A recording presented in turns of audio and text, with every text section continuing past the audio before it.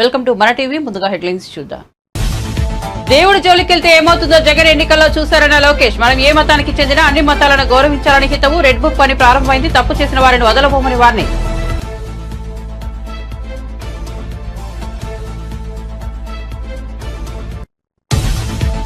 గంజాయి అమ్మేవారికి జేసీ serious warning. గంజాయి అమ్మేవారిపై పోలీసుల సహకారంతో పీడీ యాక్ట్, గ్రామ బహిష్కరణ చేస్తామని హెచ్చరించిన జేసీ.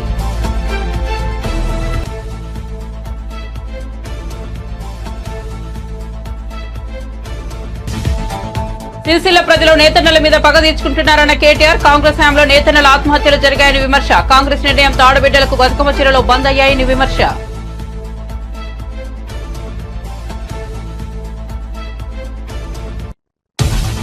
పేర్ని నాని ఇంటి వద్ద జన సైనికుల ఆందోళన. ఉడత ఊపులకు భయపడనున్న పేర్ని నాని. హిందువులను పవన్ రెచ్చగొడుతున్నారని మండిపాటు.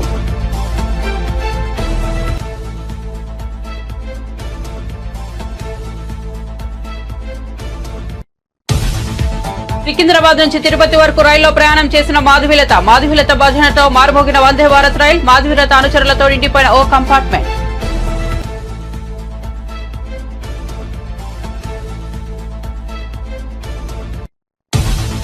జగన్ కు వెంకటేశ్వర స్వామిపై విశ్వాసం లేదన్న రవీంద్ర. జగన్ ను వెనకేసుకోవడానికి సిగ్గులేదా అని నానికి ప్రశ్న. నోటుకొచ్చినట్లు వాగితే బుద్ధి చెబుతామని హెచ్చరిక.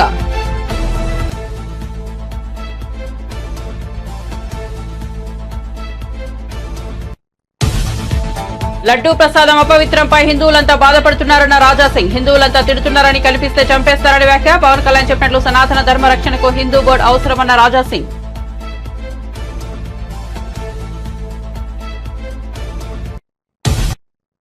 ఇక వార్త వివరాల్లోకి వెళ్తే శ్రీవారి లడ్డూ ప్రసాదం కల్తీ వ్యవహారం నేపథ్యంలో మాజీ సీఎం జగన్ ఈ నెల 28న తిరుమల వెళ్లి శ్రీ వెంకటేశ్వర స్వామిని దర్శించుకోవాలని నిర్ణయించుకోవడం తెలిసిందే.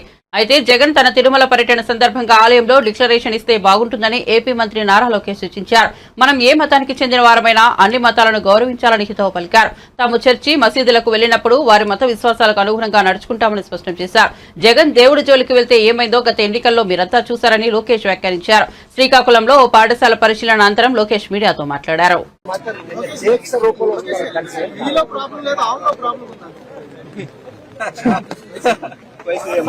మాజీ స్పీకర్ ఆవుకు పోషకాహార లోపం ఉంది, అందుకనే దానికి నేను ఎలా సమాధానం చెప్పుకుంటున్నాను అంటే ఆయన ఒప్పుకుంటున్నారా? దయచేసి మీడియా మిత్రులు అందరినీ అడగవచ్చు. మాజీ స్పీకర్ గారు ఒప్పుకుంటున్నారా కల్తీ జరిగిందని సూటిగా ప్రశ్నిస్తున్నాను. ఇప్పుడు మీడియా మిత్రులందరూ కూడా తెలుసు, మీరు కూడా 5 సంవత్సరాలు తిరుమలకి వెళ్ళింది. పాదయాత్రలో ఎవరు కలిసినా నాణ్యత లేదు, లడ్డు పాడైపోతుంది, భోజనం సరిగా లేదు, అసలు టీటీడీ విధి విధానాలు సరిగా లేదు. నిన్న మొన్న కూడా వీడియోలు బయటకు వైవి సుబ్బారెడ్డి గారు అన్ని పెంచుదాం, అన్ని ఫీజు పెంచుదాం, సామాన్యులకి దేవుడిని గౌరవం చేసే విధంగా ప్రవర్తించడం జరిగింది. అవన్నీ కరెక్ట్ చేసే క్రమంలో ఇది బయటకు వచ్చింది. నేను కూడా ఈయో గారికి చెప్పి మొత్తం ప్రక్షాళన చేయండి, అన్ని టెస్ట్ చేయండి. ఎందుకంటే గతంలో అనేక ఆరోపణలు వచ్చినాయి. నేను పాదయాత్రలో మీరు చూస్తే నేను ట్వీట్ కూడా పెట్టాను దాని గురించి. పాదయాత్రలో నేను ట్వీట్ పెట్టాను. అందరూ వచ్చిన కంప్లైంట్ చేస్తారు, సరికాదు, దేవుడి జోలికి వెళ్ళొద్దు స్వామి అని చెప్పి. ఏమైందో ప్రజలే చూస్తారు, ప్రజలే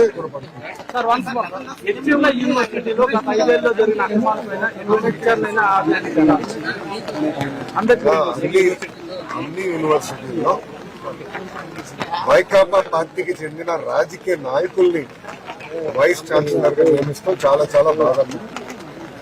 ఆంధ్ర యూనివర్సిటీ మన రాష్ట్రంలో one of the oldest university. అలాంటి యూనివర్సిటీలోనే ఎలాంటి అరాచకాలు జరిగినాయి మీ అందరూ తెలుసు. ఎందుకంటే దాదాపు అందరూ వైస్ ఛాన్సలర్స్ అందరూ కూడా రాజీనామా చేశారు. ఆల్రెడీ కొన్ని యూనివర్సిటీలు ఎంక్వైరీ చేశారు, రిపోర్ట్లు నాకు ఉన్నాయి. తొందరలోనే అన్ని మేము రివ్యూ చేస్తాం. తప్పనిసరిగా ఎవరన్నా తప్పు చేస్తే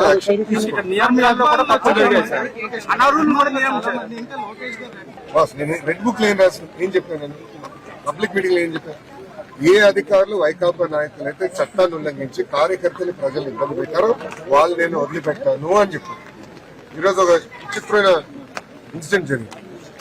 నేను సింహాచలం గుడి దగ్గర ఉన్నప్పుడు ఒక కానిస్టేబుల్ గారు అన్న ఒక బాధ ఆవేదనతో మీకు ఒక విషయం చెప్తున్నాను చెప్పండి. వైకాపా ప్రభుత్వ అధికారం ఉన్నప్పుడు నాకు పాఠాలు చెప్పిన టీచర్ పైన మైండ్ ఓవర్ కేసు పెట్టాల్సిన పరిస్థితి వచ్చింది. ఆ కేసు కొంచెం తొలగించండి అని చూడండి. ఎలాంటి పరిస్థితి లేదు. బాగా అన్నగారు 2-3 సార్లు చెప్పుకుంటారు ఈరోజు. ఎందుకంటే మనసులో పడిపోయింది.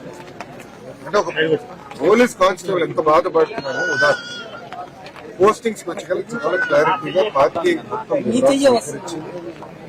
నేను కూడా మనుషులమే నిర్ణయాలు తీసుకున్నప్పుడు అప్పుడు ఉన్న టీం అవ్వచ్చు సర్వీస్ అంతేగాని మీరు చూస్తే చాలా ముగ్గురు.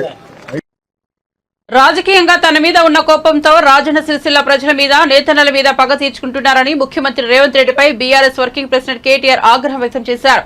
బతుకమ్మ చీరల ఆర్డర్లు ఇవ్వకపోవడంతో నేతన్నల కుటుంబాలు రోడ్డున పడ్డాయని ఆవేదన వ్యక్తం చేశారు. సిరిసిల్లలో ఆయన మీడియాతో మాట్లాడుతూ 2004 నుంచి 2014 వరకు కాంగ్రెస్ హయాంలో నేతన్నల ఆత్మహత్యలు జరిగాయన్నారు.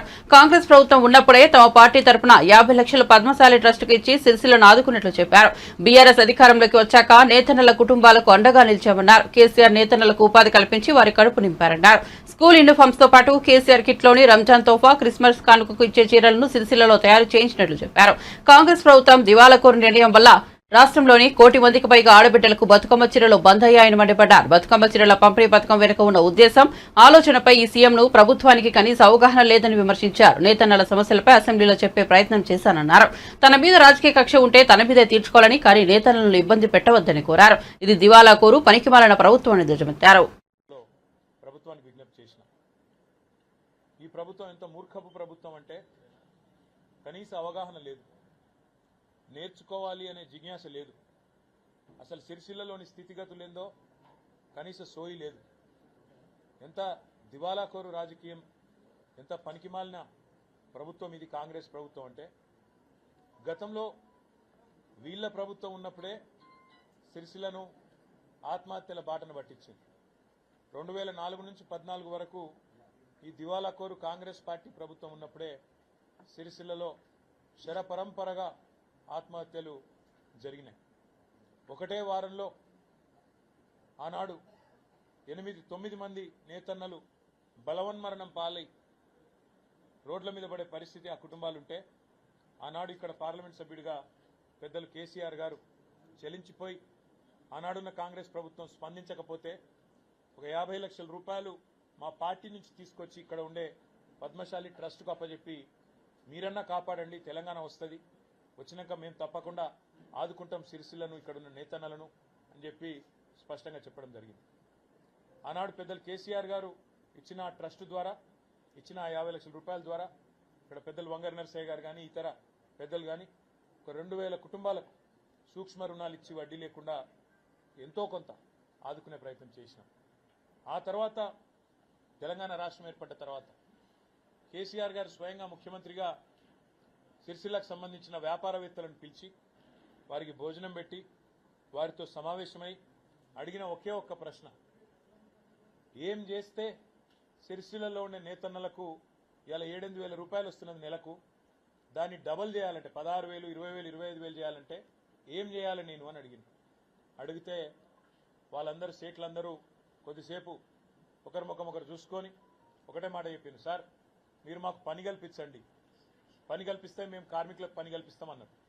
పని కల్పించుడు కాదు, 7-8 సంపాదిస్తున్న నేతన్న 16, 20,000, 25,000 సంపాదించే పరిస్థితి రావాలి, దానికి నేను ఏం చేయాలి అని అడిగి వారి అభిప్రాయాలు తీసుకొని, అదేవిధంగా శాసనసభ్యుడిగా సిరిసిల్ల ఈ ప్రాంత సమస్యలు తెలిసిన బిడ్డగా నన్ను కూడా జౌళి శాఖ మంత్రిగా నియమించి ఆ రోజు ఒక అద్భుతమైన నిర్ణయం తీసుకున్నారు. 1 కోటి మంది ఆడబిడ్డలకు బతుకమ్మ చీరలు సిరిసిల్ల నుంచే తయారు చేసి ఇక్కడ పాలిస్టర్ పరిశ్రమలో ఇక్కడ ఉన్న సాంచాలను పూర్తి స్థాయిలో వినియోగంలో తెచ్చి ఒక సంవత్సరానికి 7-8 నెలలు ఏ డోకా లేకుండా వారికి పూర్తిగా ఉపాధి కల్పించాలన్న ఉద్దేశంతో వేలాది మంది కార్మికులకు కడుపు నింపిన మహానుభావుడు కేసీఆర్ గారు. మొత్తం సిరిసిల్లకు ఒక బతుకమ్మ చీరలే కాదు, స్కూల్ యూనిఫామ్లు. ముంబై నటి కేసులో ఎంత పెద్దవారున్నా వదిలే ప్రసక్తి లేదని హోంమంత్రి అనిత ప్రకటించారు. ఇప్పటికే 3 ఐపీఎస్లను సస్పెండ్ చేశామని గుర్తు చేశారు. మరికొంతమంది పోలీసులను విచారిస్తున్నట్లు చెప్పారు. బాధ్యులుగా తేలితే కఠిన చర్యలుంటాయని స్పష్టం చేశారు. కేసులో దర్యాప్తు చురుగ్గా సాగుతోందని చెప్పారు. రాజకీయాలు చేయడం అన్నది పక్కన పెడితే ఈరోజు ప్రతి ఆడపిల్లని రక్షించుకోవడం పెద్ద బాధ్యత కింద మారిపోయింది. ఎందుకంటే ఈరోజు చైల్డ్ అబ్యూజింగ్స్ అనేవి ఎంత దారుణంగా ఉన్నాయంటే చిన్న పిల్లల మీద కూడా అత్యాచారాలు జరిగే పరిస్థితి. ఈరోజు పుట్టిన ఆడబిడ్డలని కూడా కాపాడుకునే పరిస్థితికి వస్తుంది. ఎంత దారుణమైన సిచ్యువేషన్స్ ఈ రోజుల్లోని టెక్నాలజీ పెరుగుతున్నా కూడా మనం ఫేస్ చేస్తున్నామంటే ఆడపిల్లని రక్షణ కల్పించాలి అని ఒకే ఉద్దేశంతో గౌరవ చంద్రబాబు నాయుడు గారు తీసుకున్న ఏ ఇనిషియేషన్కైనా మేమందరం కూడా రెడీగా ఉన్నాం. ఆయన తీసుకున్న నిర్ణయాలకి at the same time sir కూడా ప్రతి సందర్భంలోని కూడా మనందరికీ చెప్తూనే ఉంటారు, ఎట్టి పరిస్థితుల్లోని ఈ అబ్యూసింగ్స్ అనేది కానీ ఉమెన్ ట్రాఫికింగ్ విషయంలోని కానీ అక్కడ టాలరేట్ చేసే పరిస్థితి లేదు. అంటే నడుస్తుంది, కేసు పెట్టాము, అరెస్ట్ జరిగింది, విద్యాసాగర్ అరెస్ట్ కూడా జరిగింది. ఆల్రెడీ 3 IPSని సస్పెండ్ చేశారు. వాళ్ళ మీద కూడా ఇప్పుడు తీసుకుంటున్నారు. వాళ్ళందరూ కూడా జరుగుతుంది మనకి అన్నీ కూడా. Security main. At the same time ఈ గాంజాని డ్రగ్స్ని అరికట్టే పరిస్థితి ఉండాలి. ఎలాంటి సిచ్యువేషన్స్లోనూ కూడా ఇబ్బంది లేకుండా చూసుకుంటాం. మీరు ఇందాక ప్రతి ఎంక్వైరీ జరుగుతుంది. ఇందాక మీరు అడిగిన చిత్వాని కేసులో కూడా ఎంక్వైరీ చాలా క్లియర్గా జరుగుతుంది. అందరినీ కూడా ఇంటరాగేట్ చేస్తున్నారు, అఫీషియల్స్ కూడా ఇంటరాగేట్ చేస్తున్నారు. మేము అంటే ఎందుకు ఈ ఎగ్జాంపుల్ చెప్పానంటే ఎవరిని కూడా వదిలిపెట్టే ప్రసక్తి లేదు. అంటే ఎందులోని తప్పు చేశారు అనుకునేటప్పుడు ఎంత పెద్ద పొజిషన్లో ఉన్నా కూడా మేము ఇంటరాగేట్ చేస్తాము, ఎంక్వైరీ చేస్తాము, శిక్ష పడేట్టు చేస్తాము. దీనికి ఇమీడియట్గా మేము అందరం కూడా మీరు అందరూ చేసినట్టు సస్పెండ్ కూడా చేస్తాము. ఇంకా ఫర్దర్గా సస్పెన్షన్స్ ఉంటాయా లేవా అన్నది ఎంక్వైరీలో తేలుతుంది. అందుకని ప్రత్యేకమైన కోర్టులను ఏర్పాటు చేసే పరిస్థితి ఉందండి ఈరోజు. ఎందుకంటే ఫాస్ట్ ట్రాక్ కోర్ట్స్ని ఏర్పాటు చేసే పరిస్థితి ఉంది. వరంగల్ చరిత్రను కనుమరుగు చేయడానికే ఉమ్మడి జిల్లాను కేసీఆర్ ముక్కలు చేశారని, దీనిపై తాను ప్రశ్నించినందుకు తనకు రెండోసారి మంత్రి పదవి ఇవ్వలేదని స్టేషన్ గన్పూర్ ఎమ్మెల్యే కడియం శ్రీహరి ఆరోపించారు. స్టేషన్ గన్పూర్కు ఉప ఎన్నికలు రావని, ఒకవేళ వచ్చినా ఎదుర్కోవడానికి సిద్దమన్నారు. జనగాంలో ఆయన మీడియాతో మాట్లాడుతూ స్టేషన్ గన్పూర్కు ఉప ఎన్నికలు వచ్చినా కాంగ్రెస్ సిద్ధంగా ఉందన్నారు. ఫిరాయింపులకు తొలుత ప్రోత్సహించిందే బీఆర్ఎస్ అని ఆరోపించారు. ఏకంగా శాసనసభ పక్షాలను కలుపుకున్న చరిత్ర బీఆర్ఎస్ అని విమర్శించారు. ఉప ఎన్నిక వస్తే బీఆర్ఎస్ కు స్టేషన్ గన్పూర్లో డిపాజిట్ కూడా రాదని జోస్యం చెప్పారు. కోర్టులపై, ప్రజాస్వామ్యంపై తమకు గౌరవం ఉందన్నారు. బీఆర్ఎస్ అధికారంలో ఉన్నప్పుడు కేసీఆర్ కుటుంబం చేతిలో తెలంగాణ బందీ అయిందని విమర్శించారు. బీఆర్ఎస్ పార్టీ గత ప్రభుత్వం ఉమ్మడి వరంగల్ జిల్లాను 6 ముక్కలు చేయొద్దు, ఈ జిల్లాకున్న చరిత్రను నాశనం చేయొద్దు అని మొత్తుకున్న వినలేదు. ఆ విషయంలో నేను గట్టిగా ఎదురు తిరిగాను కాబట్టి రెండవసారి నాకు మంత్రి పదవి రాలేదు. ఆయన నేనేమీ బాధపడలేదు. కానీ ఇవాళ వరంగల్ జిల్లా 6 ముక్కలై ఎవరెవరు ఇండియన్ చేశారు? 6 ముక్కలు ఎందుకు చేయవలసి వచ్చింది? దాని అనుకున్న హేతుబద్ధత ఏంటి? దాని అనుకున్న రీజనింగ్ ఏంటి? అంటే వరంగల్ జిల్లాకున్న గొప్పతనాన్ని, వరంగల్ జిల్లాకున్న చరిత్రను నాశనం చేయాలనే కేసీఆర్ ఆ ప్రయత్నం చేశారు. ఈరోజు ప్రజలందరూ కూడా ఈ 6 జిల్లాలు ఎందుకైనాయి, ఏ జిల్లా అని చెప్పుకోవాలి అర్థం కావడం లేదనే పరిస్థితిలో ప్రజలు ఉన్నారు. ఈ రకంగా తనకి ఇష్టం వచ్చిన రీతిగా ఒక నిరంకుశ నియంతృత్వ పాలనను తెలంగాణలో తీసుకువచ్చి ప్రజాస్వామ్యవాదుల మూలను నొక్కి ఇష్టారీతిగా దోపిడీ చేశారు. మొత్తం కుటుంబం దోపిడీకి ఎగబడ్డది. కుటుంబం చేతిలో తెలంగాణ బందీ అయిపోయింది. ఇవాళ హైదరాబాద్లో 1000 ఎకరాల భూములు, కొన్ని కోట్ల రూపాయల విలువైన బిల్డింగ్స్ ఎక్కడి నుంచి వచ్చాయో తెలంగాణ ప్రజలకు సమాధానం చెప్పవలసిన అవసరం ఉంది. వాళ్ళు ఇప్పుడు 9 నెలలు కూడా పూర్తిగానే కాంగ్రెస్ ప్రభుత్వం పైన విమర్శలు చేస్తున్నారు. 10 ఏళ్లలో చేయలేని పని ఇవాళ రైతు రుణమాఫీ 23 లక్షల మందికి 18,000 కోట్ల మాఫీ జరిగింది. ఇంకా వచ్చే 2-3 నెలల్లో మరొక 12,000 కోట్ల రూపాయలు రుణమాఫీ కొరకు ప్రభుత్వం వెచ్చించబోతున్నది. ప్రభుత్వానికి సమయం ఇవ్వకుండా, ప్రభుత్వం నిధులు సమీకరించుకోవడానికి ఏ రకంగా ఇబ్బంది పడుతున్నదో తెలిసి కూడా రాష్ట్ర ఆర్థిక పరిస్థితిని ఆగం చేసి అప్పుల ఊపిలోకి నెట్టి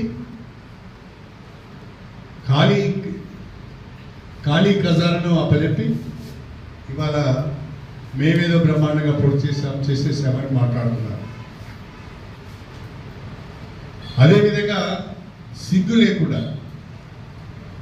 లేకుండా ఫిరాయింపుల మీద మాట్లాడుతున్నారు. అసలు ఫిరాయింపులను ప్రోత్సహించిందే మీరు కదా. 10 సంవత్సరాల కాలంలో 38 మంది ఎమ్మెల్యేలను మీ పార్టీలో చేర్చుకున్నారు. చివరికి రాజకీయ పార్టీల శాసనసభ పక్షాలను కూడా మీ పార్టీలో చేర్చుకున్నారు. అప్పుడు గుర్తుకు రాలేదా ప్రజాస్వామ్యం? అప్పుడు గుర్తుకు రాలేదా నైతిక విలువలు? అప్పుడు గుర్తుకు రాలేదా ఫిరాయింపుల చట్టం? ఈరోజు మాట్లాడుతున్నారు. చాలా కోర్టుల పట్ల గౌరవం ఉన్నది. ఆ కోర్టులు ఇచ్చే తీర్పు కట్టుబడి మేము ఉంటాం. ఎన్నికలు ఎప్పుడు వచ్చినా కాంగ్రెస్ పార్టీ ఎదుర్కోవడానికి సిద్ధంగా ఉన్నది. దీని గురించి మేమేం ఆందోళన చెందడం లేదు. వాళ్ళు ఆలోచించుకోవాలి, డిపాజిట్ వస్తాయా రావాలి. డిప్యూటీ సీఎం పవన్ కళ్యాణ్ పై వైసీపీ నేత పేర్ని నాని చేసిన వ్యాఖ్యలపై జన సైనికులు తీవ్ర ఆగ్రహం వ్యక్తం చేస్తున్నారు. పేర్ని నాని ఇంటి ముందు ఆందోళన చేపట్టి ఆయన దిష్టిబొమ్మను దహనం చేశారు. ఈ నేపథ్యంలో అక్కడికి చేరుకున్న పోలీసులు కొందరు జనసేన నేతలను అదుపులోకి తీసుకున్నారు. మిగిలిన వారిని అక్కడి నుంచి పంపించేశారు. ఈ నేపథ్యంలో పేర్ని నాని మాట్లాడుతూ ఉడత ఊపులకు బెదిరింపులకు భయపడే ప్రసక్తే లేదని అన్నారు. సినిమా హీరోగా రాజకీయాల్లోకి అడుగుపెట్టిన పవన్ నోటికొచ్చినట్లు ఒక సిద్ధాంతం అనేది కూడా లేకుండా ఇష్టం వచ్చినట్లు మాట్లాడుతున్నారని మండిపడ్డారు. హిందువులను రెచ్చగొడుతున్నారని, బాధ్యతాయుతమైన డిప్యూటీ సీఎం పదవిలో ఉండి అలా చేయడం సిగ్గుచేటని అన్నారు. మధ్యాహ్నం తాను పవన్ ను ప్రశ్నించారని, అందుకే ఒక ప్లాన్ ప్రకారం జనసేన కార్యకర్తలను తన ఇంటిపైకి పవన్ పంపించారని దుయ్యబట్టారు. మా ఇంటికి మీ ఇల్లు ఎంత దూరమో మీ ఇంటికి కూడా మా ఇల్లు అంతే దూరమనే విషయాన్ని గుర్తుంచుకోవాలని హెచ్చరించారు. పవన్ కళ్యాణ్కి హెచ్చరిక జారీ చేస్తున్నాం. నీ ఉడత ఊపుళ్ళకి నీ చెంచాగాలని పంపించినంత మాత్రాన పేరుని నాని గాని వైఎస్ఆర్ కాంగ్రెస్ పార్టీ గాని నీ ఉడత ఊపుళ్ళకి ఊగేది లేదు, దడిసేది లేదు.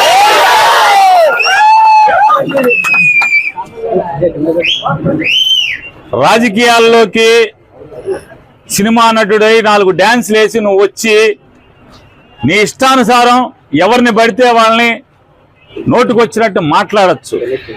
నోరుకి అదుపు లేకుండా ఏది పడితే అది మాట్లాడచ్చు. ఒక సిద్ధాంతం ఉండదు. నిన్నేమో కులం లేదంటావు, నిన్న మతం లేదంటావు, ఇవాళేమో మతాల్ని రెచ్చగొడతావు. హిందువులందరూ బయటికి రండి. అదే చర్చిలోనో మసీదులోనో ఏదైనా జరిగితే వాళ్ళందరూ రోడ్డెక్కరా, వాళ్ళకు చూసి వాళ్ళకున్న ఐకమత్యం కూడా హిందువులకు ఉండదా అని మాట్లాడుతుంటే ఈ రకంగా సమాజంని కులాల పరంగా మతాల పరంగా ఎన్నికల ముందు వరకు కులాల పరంగా రెచ్చగొట్టి ఇవాళ మతాల పరంగా రెచ్చగొట్టేటువంటి దౌర్భాగ్య నీచ రాజకీయాలు చేస్తున్నటువంటి పవన్ కళ్యాణ్ని ఎండగట్టాను. అయ్యా, గతంలో నువ్వేనా బ్యాప్టిజం తీసుకున్నావు? గతంలో నువ్వేనా బ్యాప్టిజం తీసుకున్నా అని చెప్పావు. నువ్వే కదా ఆయన, నువ్వేనా? మరి నువ్వే అయితే ఇవాళ యాశాలేంటి, డ్రామాలేంటి?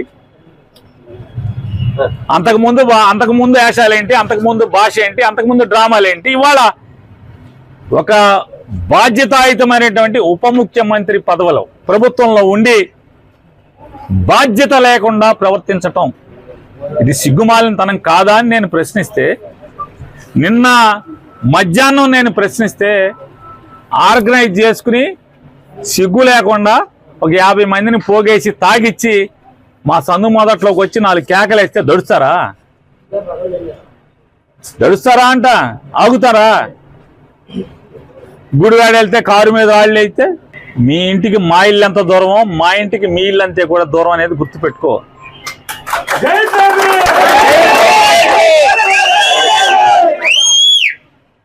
రెచ్చగొట్టి ఆర్గనైజ్ చేసి తాగిచ్చి తాగుబోతుల్ని కిరాయి రౌడీల్ని మా సందు మొదట్లో కూర్చోబెట్టి 4 అరుపులు అరిస్తే నువ్వు వాళ్ళు డౌన్ నాని అంటే ఈ మా వాళ్ళందరూ కూడా 400-500 మంది, నీ దగ్గర 50 మంది ఉంటే వాళ్ళు 400-500 మంది చేరారు. డౌన్ పవన్ కళ్యాణ్ అన్నారు. సిగ్గుపోయింది నీకే కదా. మా ఇంటికి వచ్చి మాతో తిట్లు తిన్నది నువ్వే కదా. నువ్వు డౌన్ ఒకసారి అంటే మా వాళ్ళు 100 సార్లు అంటారు డౌన్ అని. గంజాయి అమ్మే వారికి సీరియస్ వార్నింగ్ ఇచ్చారు జేసీ ప్రభాకర్ రెడ్డి. గంజాయి అమ్మే వారిపై పోలీసుల సహకారంతో పీడీ యాక్ట్ నమోదు చేసి గ్రామ బహిష్కరణ చేస్తామని హెచ్చరించారు. గంజాయి వాడకంపై పెరిగిపోవడంతో దీనిని అరికట్టే విధంగా ప్రభుత్వం అడుగులు వేస్తోంది.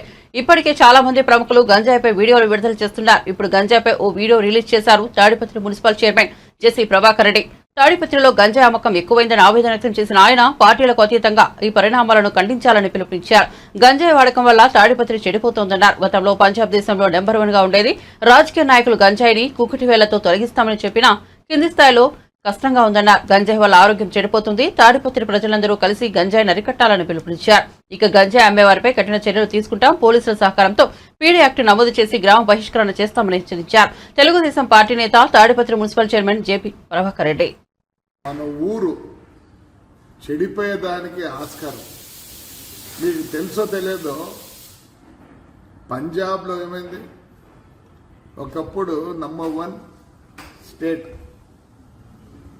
కానీ ఆ పాకిస్తాన్ బార్డర్లో ఉండబట్టి దాన్ని ఎలా నాశనం చేయాలో అనే ఉద్దేశంతో అక్కడ యంగర్ జనరేషన్లకు మొత్తం అలవాటు చేసినారు. డ్రగ్స్, చాలా డ్రగ్స్ అలవాటు చేసి చాలా హీనస్థితికి వచ్చింది.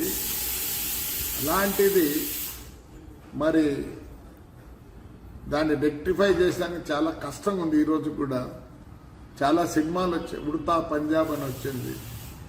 ప్రతి లాస్ట్ టైం ఎలక్షన్లో కూడా మేము సిద్ధు ఏం చెప్పినాడు, మొత్తం కూకిటి వేల నుంచి తీసేస్తామని రాజకీయ నాయకులు అందరూ చెప్పినారు. కొద్దిగా ఇప్పుడు మన ఆంధ్రప్రదేశ్కి ఇదే అవస్థ వస్తుంది. నేను ఒకటే చెప్తున్నా పేరెంట్స్కి, దయచేసి మన ఊర్లో యూత్ కూడా చెప్తున్నా, ఇది తీసేయాల. దీంతో వచ్చే సుఖం అప్పుడు ఉండొచ్చు, హ్యాపీనెస్, కానీ హెల్త్ మొత్తం చెడిపోతుంది, మొత్తం నాశనం అయిపోతుంది. అందుకోసం నేను ఎవరిని బ్లేమ్ చేయొద్దండి. మీ పిల్లలు ఎలా ఉన్నారు ఏమి అని మీరు ముందు ఆలోచించండి. మీరు చెడిపోయేది కాక మొత్తము మన ప్రదేశమే చెడిపోతుంది. చిన్న చిన్నగా ఒకరు అలవాటు చేస్తున్నారు. దాంట్లో ఏమీ లేదు. అక్కడెక్కడో మెడిసిన్ కోసం దీన్ని వాడతారు, అంతేగాని హ్యాపీనెస్ లేదు దీంట్లో. పొద్దున్నే తలకాయ నొప్పి, ఎన్నో రోగాలు, నిద్ర లేనితనం, యాక్టివ్ లేనితనం, హెల్త్ చెడిపోతుంది, అన్నీ పోతాయి. సో మనమందరం దీని మీద తాడిపత్రి ప్రజలు ఏకమై మనమందరినీ దీన్ని గంజాయి అనేది లేకుండా చేయాలి. నేను పోలీసుని మనం అనకూడదు, ఎంతవరకు వాళ్ళైతే చేస్తారు. కానీ నేను వచ్చిన తర్వాత మొత్తం ముందు అమ్మే వాళ్ళనే పీడీ యాక్ట్ కింద పంపిస్తాం పోలీసుల సహకారంతో. ఇప్పుడుండే ఎస్పీ కూడా చాలా యాక్టివ్ యంగ్ మ్యాన్. సో వాళ్ళందరూ మనకు సహకారం ఇస్తారు. ముందు అమ్మే వాళ్ళని అందరినీ ఊరు బహిష్కరిస్తాం. దయచేసి చెడిపోవద్దండి పిల్లలు. తెలంగాణ బీజేపీ నేత మాధవీలత వందే భారత్ రైల్లో హరే రామ హరే కృష్ణ అంటూ భజన చేసి అందరి దృష్టిని ఆకర్షించారు. మాధవీలత సికింద్రాబాద్ నుంచి తిరుపతి వరకు వందే భారత్ రైల్లో ప్రయాణం చేశారు. ఆ సందర్భంగా ఆమె రైల్లో ఈ చివర నుంచి ఆ చివరి వరకు భజన చేస్తూ తిరిగారు. ఈ సందర్భంగా ఆమె వెంట పలువురు అనుచరులు కూడా ఉన్నారు. సికింద్రాబాద్ తిరుపతి వందే భారత్ రైలంతా మాధవీలత భజనతో మార్మోగిపోయింది. దాదాపు ఓ కంపార్ట్మెంట్ మాధవీలత అనుచరులతో నిండిపోయింది. ఆమె కాసేపు గోవింద గోకులానంద అంటూ కూడా భజన చేశారు.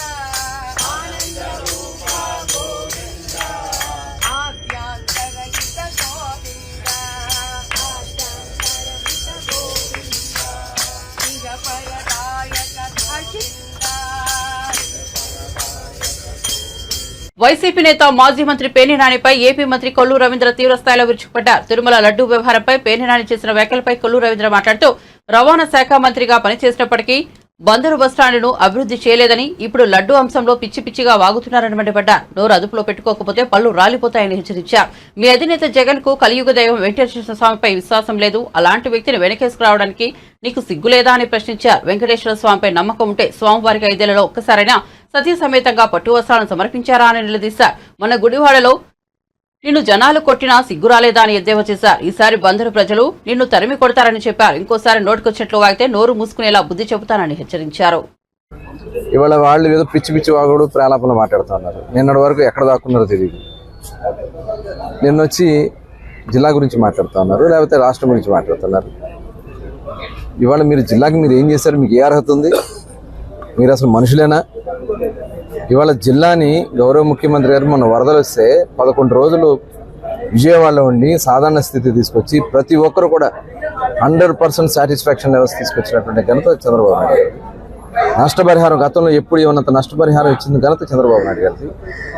మీ టైంలో అన్ని రకాలుగా నష్టపోయి, మీరు తవ్వని కాలువల వల్ల నష్టపోయారు, మీరు కొట్టినటువంటి బుడమేరు గట్ల వల్ల నష్టపోయారు. ఈ వరదల కారకులు మీరే. ఇంకా సిగ్గు లేకుండా మీరు వచ్చి జిల్లా గురించి మాట్లాడతారా? ఒళ్ళు దగ్గర పెట్టుకోండి. మేము కంట్రోల్ చేయగలం, కానీ అద్దు మీరితే ఇక ప్రజలు ఏం చేస్తారు? మొన్న పేర్నాని గారు వెళ్తే మేమేం చేయలేకపోయారు అక్కడ. ఎందుకంటే మీరు మాట్లాడిన మాటలు, రెచ్చగొట్టే విధానాలు తప్పకుండా తగిన బుద్ధి చెప్తారు. ఒళ్ళు దగ్గర పెట్టుకుని పనిచేయాలని చెప్తా అన్న. తిరుపతి దేవస్థానం ఒక పవిత్ర దేవస్థానాన్ని అపవిత్రం చేసి ఇవాళ మళ్ళీ జగన్మోహన్ రెడ్డి సిగ్గు లేకుండా వెళ్తాను. నీకు నిజంగా వెంకటేశ్వర స్వామి మీద విశ్వాసం ఉంటే 5 సంవత్సరాల్లో సతీ సమేతంగా ఇవ్వాల్సినటువంటి పట్టు వస్త్రాన్ని ఎప్పుడన్నా మీరు వెళ్ళి సతీ సమేతంగా ఇచ్చావా? ఏ రోజన్నా మరి అక్కడ దేవాలయం యొక్క పవిత్రత గురించి మీరు ఏదన్నా మాట్లాడారా? మీరు పెట్టినటువంటి ఈవో, జేఈఓ ఒక రౌడీలాగా నల్ల లుంగీలు కట్టుకుని, నల్ల చొక్కాలు వేసుకుని చెక్కులు తీసుకుంటా ఉంటే ఇంతకంటే సిగ్గుచేటే ఉంటుంది? మీకు సంబంధించినటువంటి పెట్టినటువంటి చైర్మన్ వాళ్ళ కుటుంబ సభ్యులు బైబుల్ పెట్టి తిరుగుతూ ఉంటే వాళ్ళకి నువ్వు చైర్మన్ పదవి ఇస్తే ఇంకో దేవాలయం యొక్క విశ్వాసం ఏముంటుంది? పవిత్రత ఏముంటుంది? వాళ్ళు మనోభావాలతో ఆడుకున్నారు 5 సంవత్సరాలు మీరు. ఇప్పుడు తిరుపతి లడ్డూని కల్తీ చేసి దాంట్లో పశువులు, జంతువుల యొక్క కొవ్వును కూడా కలిపి కల్తీ చేసి ఇచ్చినటువంటి నెయ్యితో అపవిత్రం చేసింది మీరు. నీకు సిగ్గు లేకుండా నువ్వు వెళ్తే తప్పకుండా పైన వెంకన్న స్వామి చూస్తారు. తప్పకుండా మీరు చేసే ఈ ఘోరాతి ఘోరాల్ని తప్పకుండా బుద్ధి చెప్తారని కూడా తెలియజేస్తారు. తిరుమల లడ్డూ ప్రసాదాన్ని అపవిత్రం చేశారనే విషయం తెలిసి హిందువులంతా ఎంతో బాధపడుతున్నారని, ఇలాంటి పాపిస్టులు కూడా ఈ ప్రపంచంలో ఉన్నారా అని చర్చించుకుంటున్నారని బీజేపీ నేత గోషామహల్ ఎమ్మెల్యే రాజాసింగ్ అన్నారు. ఇంత పాపం చేసిన తర్వాత కూడా ఇంకా సిగ్గు లేకుండా మళ్లీ తిరుమల దర్శనానికి వెళ్లడం ఏమిటని వైసీపీ నేత జగన్ను ఉద్దేశించి అన్నారు. హిందూ ధర్మాన్ని గౌరవించుకుంటే ఇబ్బందులు తప్పవని హెచ్చరించారు. ప్రసాదాన్ని అపవిత్రం చేసినందుకు హిందువులు అందరూ తిడుతున్నారని, దొరికితే మాత్రం చంపేస్తారని సంచలన వ్యాఖ్యలు చేశారు. ఏపీ ఉప ముఖ్యమంత్రి పవన్ కళ్యాణ్ ఓ మంచి మాట చెప్పారని, ఒక సనాతన ధర్మ రక్షణకు ఓ హిందూ బోర్డు అవసరమని చెప్పారని ప్రశంసించారు. మన గుడిని, మన ప్రసాదాన్ని అపవిత్రం చేయాలని చూస్తే వారికి బుద్ధి చెప్పాలన్నారు. ఏపీలోని ఎన్నో దేవాలయాల్లో ఇతర మతస్థులు ఉద్యోగం చేస్తున్నారని, హిందూ ధర్మంపై నమ్మకం లేని వారికి మన గుళ్లలో ఉద్యోగాలు ఎందుకు అని ప్రశ్నించారు. అసలు ఎంత పాపిస్టుడు కూడా ఈ ప్రపంచంలో ఉంటారా అని ఒక చర్చ నడుస్తుంది. ఇవాళ ఒక న్యూస్ చూసిన ఒక టీవీ ఛానల్లో, ఎవరో అంటే ఆ గుడిని అపవిత్రం చేయడానికి ప్రయత్నం చేసిన వాళ్ళు ఇవాళ లేకపోతే రేపు దర్శనానికి వెళ్తారంట. అంటే ఎంత మీరు ఘోర పాపం చేసిన తర్వాత కొద్దిగా మీకు సిగ్గులేదా? మళ్ళా మా తిరుపతి దేవస్థానం, మా దేవుడికి దర్శనం చేయడానికి మీరు వెళ్తారా? మా దేవుడి పైన మీకు నమ్మకం లేకపోతే మీరు ఎందుకు ఈ షోపుటప్ రాజకీయం చేస్తున్నారు? ఎందుకు ఈ షోపుటప్ గా మీరు దర్శనం చేయడానికి వెళ్తున్నారు? నాకు అర్థమైతే లేదు. ఇవాళ మొత్తం మన తెలుగు సమాజం మీకు తిడుతున్నారు. మీరు దొరికితే చంపేస్తారు. అంత కోపం హిందూ సమాజంలో ఉంది. ఇవాళ పవన్ కళ్యాణ్ గారు ఒక మంచి మాట అన్నారు. ఒక మంచిగా ఒక చట్టం తీసుకొని రావాలని, ఒక హిందూ బోర్డు తీసుకొని రావాలని ఒక మంచి వాళ్ళు ఒక మాట పెట్టినారు. మేము ఎన్నో సంవత్సరాల నుంచి ఆ మాటని మేము రేజ్ ఇస్తున్నాం. ఏ విధంగా ఒక బోర్డు ఉంది, అదే విధంగా హిందువులు కూడా ఒక బోర్డు ఉండాలని. కానీ ఇవాళ లేకపోతే రేపు మంచి దినాలు వస్తుంది. కానీ ఇవాళ ఆంధ్రప్రదేశ్ కాకుండా యావత్ భారతదేశంలో ఉన్న హిందువులకి నేను ఒక్కడొక్క రిక్వెస్ట్ చేస్తున్నా. ఎవరు కూడా మన గుళ్ళు గోపురాలు వాళ్ళకి అపవిత్రం చేయడానికి ప్రయత్నం చేస్తే వాళ్ళకి మనమందరం ఒకటై నచ్చ చెప్పాలి. మన గుళ్ళు గోపురాలకి ఉన్న ల్యాండ్కి ఎవరైనా కబ్జా చేయడానికి ప్రయత్నం చేస్తే మనమందరం కలిసిమెలిసి దానికి కాపాడే ప్రయత్నం చేయాలి. ఇవాళ ఆంధ్రప్రదేశ్లో చాలా వరకు గుళ్ళు ఉన్నాయి. ఆ గుళ్ళో వేరే మతమోలు జాబ్లు చేస్తున్నారు. మా ధర్మం పైన మీకు నమ్మకం లేకపోతే మా గుళ్ళో మీకు జాబ్ ఎందుకు ఇవ్వాలి వీళ్ళకి జాబ్? ఇవాళ శ్రీశైలం దేవస్థానం గాని మన తిరుపతి దేవస్థానం గాని. బులెటిన్ ముగించే ముందు హెడ్లైన్స్ మరోసారి చూద్దాం.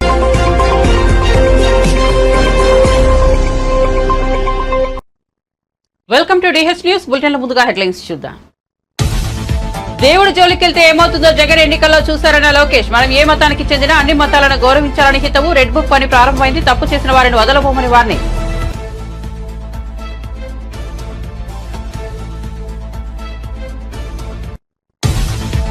గంజాయి అమ్మేవారికి జేసీ సీరియస్ వార్నింగ్. గంజాయి అమ్మేవారిపై పోలీసుల సహకారంతో పీడీ యాక్ట్, గ్రామ బహిష్కరణ చేస్తామని హెచ్చరించిన జేసీ.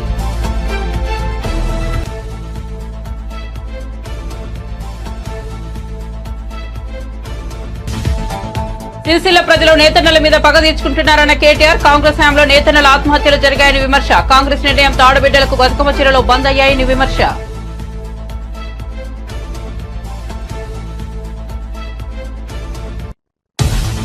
పేర్ని నాని ఇంటి వద్ద జన సైనికుల ఆందోళన. ఉడత ఊపులకు భయపడనున్న పేర్ని నాని. హిందువులను పవన్ రెచ్చగొడుతున్నారని మండిపాటు.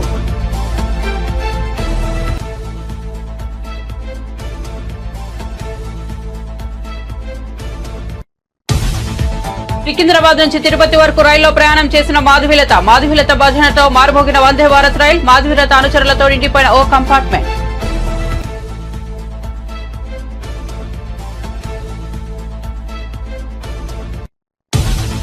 జగన్ కు వెంకటేశ్వర స్వామిపై విశ్వాసం లేదన్న రవీంద్ర. జగన్ ను వెనకేసుకోవడానికి సిగ్గు లేదా అని నానికి ప్రశ్న. నోటుకొచ్చినట్లు వాగితే బుద్ధి చెబుతామని హెచ్చరిక.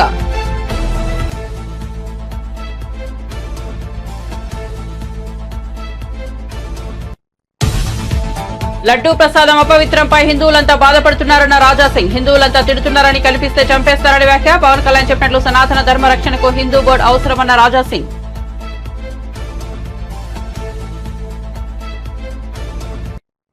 కోసం చూస్తూనే ఉండండి మన టీవీ.